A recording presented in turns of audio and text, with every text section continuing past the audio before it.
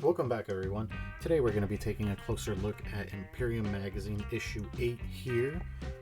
I've gone ahead and removed it from the plastic blister before I start recording, which I should have done in previous videos so you don't get that crinkly plastic all over the audio messing with your ears. But here we have it. Issue 8, we have our one miniature, which is our Necron Overlord, our base, and six-sided die. They're the same size as standard playing dice and same size as the previous 6 die we received in a previous issue. So we can go ahead and add that to the pile of other dice. Just 6-sided white die, nothing special about them. So we now have 12 from Imperium magazine. Helps us to play more of the games and scenarios that are included. This issue has a lot of information going over the Necron Overlord that you get in this issue. Sorry about the glare there. It has a Void Scythe and a Resurrection Orb, and has a really nice cloak on it. You can go ahead and name your Overlord and come up with lore and details about him. The build guide, again, clipper safety, glue safety. This doesn't talk about the mold line remover, and nothing about using a hobby knife for cleaning up the nubs from the use of the nippers. But again, as we've spoken about previously, this is all geared towards beginners, so they're likely not talking about hobby knives or anything like that, just to be safe for children and the like. These are no longer push fit miniatures. I don't know how much push fit miniatures we'll be receiving from the collection any longer. I believe a lot of them will be coming as the standard miniatures, where we have to go ahead and glue them together. This issue does have an extensive how to paint section. We go over painting the Overlord and a bunch of the other Necrons that we received in the collection. Again, this is super geared towards beginners. This has us base coating, priming, and everything with things like Lead Belcher or Rune Lord Brass, which are base paints. They're not specifically primers. As we can see here, just on this first page, it has us do three coats of Rune Lord Brass over the plastic of the miniature directly, which I wouldn't suggest. I would suggest priming your miniatures before painting, whether with a rattle can, a brush-on primer, or an airbrush, whatever's more convenient for you. I use my airbrush. I previously used rattle cans, and years ago in my teenage years in the hobby, I just brushed on the primer. But yes, this has us painting directly onto the miniatures with base paint. And then it goes through and has us do detailing on the Necron Warriors, the Scorpec Destroyers, the Overlord himself, the Royal Warden that we received previously, and the Plasma Sight that came with the Scorpec Destroyers. And as you can see, there's several pages where we go back and forth on different miniatures with different colors. We've got Abaddon Black, we've got Corax White, Rune Lord Brass, and the silver as well that they have us go to, which was, it's escaping me now, with Lead Belcher, and then also with Retributor armor on some parts as well. So again, extensive painting for these guys, going in, doing some details.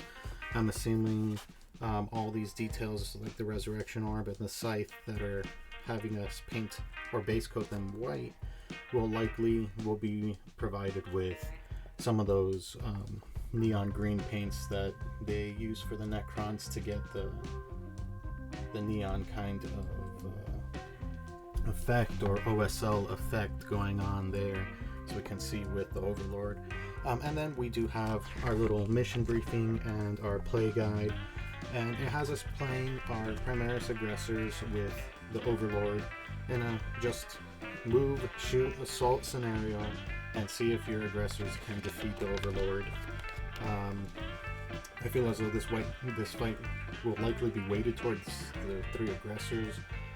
They get to move and shoot and flame burst cannon or whatever they're called on him flamethrower him before they get into close combat. I'm sure the War Scythe is great in close combat, but they also have their own power fists as well. And then again, just like every other issue rematch, swap the table. You and your buddy swap the Marines for the Necrons, see what you enjoy more. And then we have the miniature itself here. Now this is actually a very nice miniature. The cloak is very detailed. The back carapace here is very nice as well. I like that they made these Necrons. It says Games Workshop 2013, shows you how long I've been out of the hobby, because these are still the new Necrons to me, and they're way more detailed than the ones that I'm familiar with from 20 years ago. But there you have it. That's the issue itself. This is the miniature. I'll snip this out and glue it all up together, clean it up, and we'll take a look at it fully assembled. We have a base for it as well. Take a look at some of those details all together. It does look really nice. I'm going to go ahead and pick up the Necron Codex soon, so I can know some more about these new miniatures and their rules and how they interact. Maybe I can give some commentary on how some of these Necron units are competitively, because I honestly have no idea as of now. But other than that, we'll go ahead and get this snipped out, cleaned up, and take a closer look. We'll be right back with that. Alright, welcome back, guys. Here we have our Necron Overlord cleaned up and glued together. The detail on this miniature is very crisp. It's very nice. It's a really cool Necron Lord. He has that cool cape. He's got his resurrection orb. He's got his big scythe with the Necron, hieroglyphs on it and everything. I'm not the biggest fan of the whole Tomb Lords in space kind of Necron aesthetic with his headdress, space Egyptian headdress or whatever it might be. But other than that, the scythe, the look of the mini, the pose, I think is great. Of course, he's got his tactical rock. Like every HQ model, it seems that GW is releasing now has. But other than that, all of the details are really crisp, really nice. The only issue I would say I had with this Overlord is it's not that friendly for people just joining the hobby, very new beginners joining with Imperium magazine, or people rejoining the hobby after a long time. It's very spindly, it's very easy to stick things in the wrong place. The elbow joints aren't very defined spots to glue, so they're kind of annoying. And that front right leg that's up on the tactical rock, it's really annoying to get in the right place and glue into place. It has you glue his cloak on, which is 2 pieces, before you glue that leg. In the instructions, I followed the instructions in the issue, and I didn't think that was probably the best order of operations when constructing it. Probably should have stuck the leg on first and then put the cloak on afterwards, just to make it a bit easier. But aside from that, it's a very nicely detailed miniature. I'm very happy that Imperium magazine is bringing us more value again. I believe that we're going to be getting good value out of any issue that gives us an HQ choice like this. I believe GW sells this HQ choice for 35 USD on their website. You might be able to get it from other retailers for a smaller discount, for a small discount, so get it around $30. But with the issues being $14, this is a Necron Overlord for half price. So again, the value's there. If you're collecting Necrons, if you need an Overlord, if you find this on your shelf at your local store and it's something you're interested in, go ahead and pick it up. It'll be great value. It's much cheaper than just getting the Overlord box alone.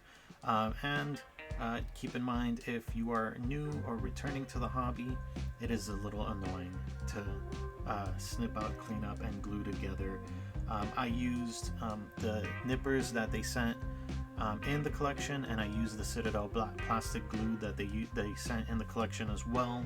I'm not the biggest fan of that plastic glue. I'm going to go back to my Tamiya extra thin cement in the future, but I guess I should just use the Citadel plastic glue to get rid of it instead of wasting it.